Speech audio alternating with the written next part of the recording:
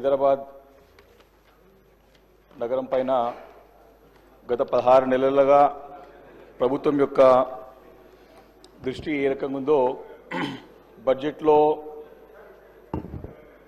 వారు మెన్షన్ చేసినటువంటి నిధులు కేటాయింపులని చూసినట్టయితే నగరాన్ని పూర్తిగా విస్మరిస్తున్నట్టు స్పష్టంగా అర్థమవుతుంది అధ్యక్ష. అయితే విషయంలో పోయే ముందు మా బీఆర్ఎస్ పార్టీ తరఫున కూడా మరి రుణమాఫీ సంపూర్ణంగా చేయనందుకు మా నిరసన కూడా వ్యక్తం చేస్తూ చేయాలని చెప్పి కూడా బీఆర్ఎస్ పార్టీ రైతులతో పోరాటం చేస్తున్నట్టు చెప్పి కూడా నీ సభ ద్వారా ప్రభుత్వం దృష్టికి తీసుకొస్తూ అధ్యక్ష. గత సంవత్సరము 10,000 కోట్లు హైదరాబాద్ నగరానికి ప్రత్యేకంగా కేటాయిస్తామని చెప్పినప్పుడు నగర ప్రజలతో పాటు ప్రజాప్రతినిధులందరూ కూడా చాలా సంతోషించారు అధ్యక్ష.